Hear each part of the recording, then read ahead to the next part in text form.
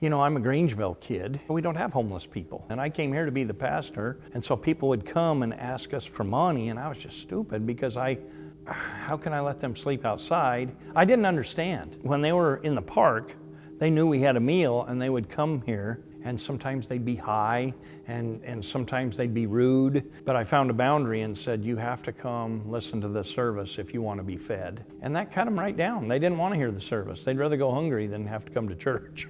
In my understanding, because I talk to the people and I go, and I meet with them and I've helped them, and it seems like a lot of them that it's mental illness. I do think a lot of it's drug-induced mental illness, and we don't have anything for mental illness. We used to have government help for mental illness, and now they just are out in the street. It's just hard, because where are they going to get first and last in a damage when you're homeless?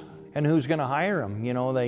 They don't have good clothes to wear to go to a job interview, even if they're of a sound mind. And as a business owner, I've hired a few. You try to teach them, but when you have to teach them the same thing every day because they're on some sort of a drug for something and they just can't, it's so hard. I don't know what to do. I've taken 3 people up to Spokane to UGM that I've picked up and drove in my truck and taken. And we had a guy here, and his wife started in on the heroin and meth. He got on it, and they had a little girl. I took him to UGM, and during a Sunday service, he came in, said, I can't stay, but I want to thank you, I'm at UGM. And it just made my whole day, because I'd been praying for him for some years.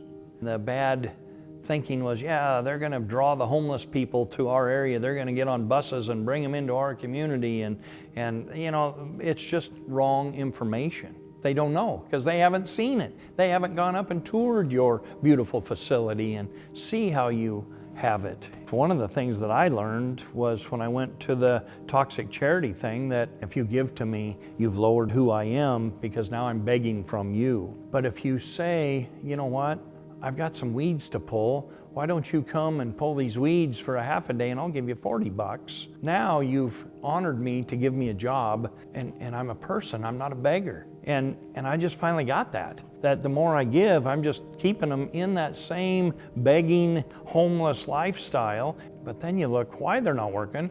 There's always some big issue, and you got to train them up. And that's what Union Gospel Mission does. That's why I think it's so good, because you make them work, you teach them how to work, you show them. But that's the thing with the homeless, it's just easier to give them $5 and go on your way. And then they're stuck.